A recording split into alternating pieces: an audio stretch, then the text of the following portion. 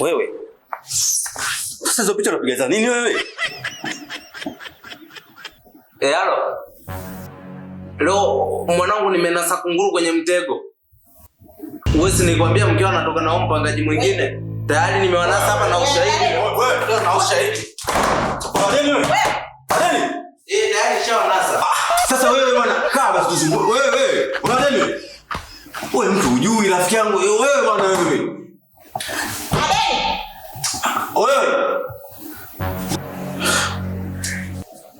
Kwa hiyo Simon, unajua anarusha kweli juu ya habari.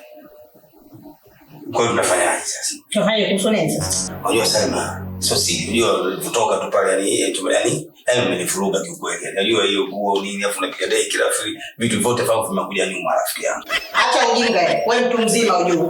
Hizo ndevu hizo sio kama eti matando ya bahari yanaobakia pembeni ndio mkuja Mungu akakuyanuka kuachia. Hizo ndevu maana yake ni mtu mzima mkubwa. Kuwa kwa hiyo umekaza. Umekaza au si?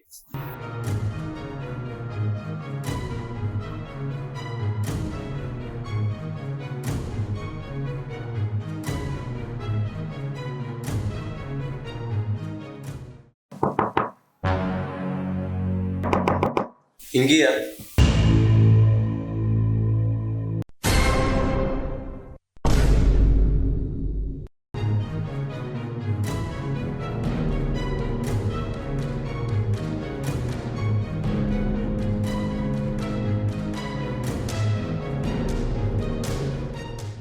Adeni.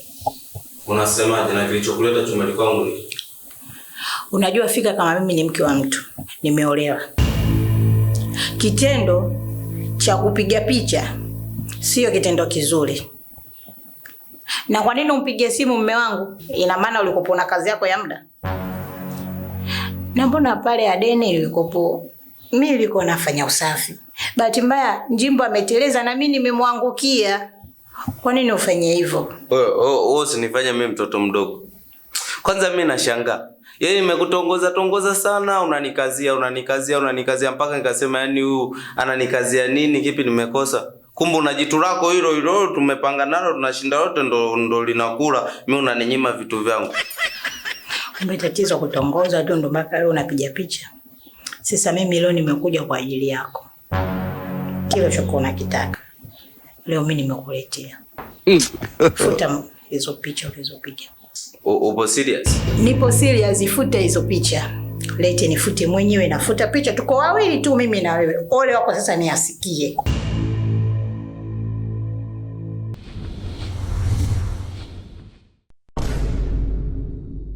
Tatizo hilo tu sije, tatizo dogo sana. Shika.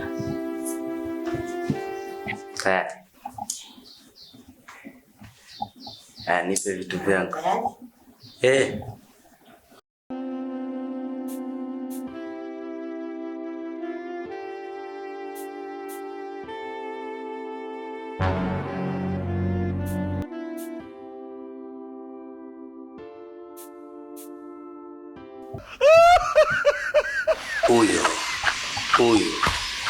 Huyo ti kama mgomba. Wewe Njimbo wewe? Mimi nilikwambia. Ngoma za kitoto hazikeshi, angalia. Kama mzee wa Shanti, vitu hivyo nipe mimi.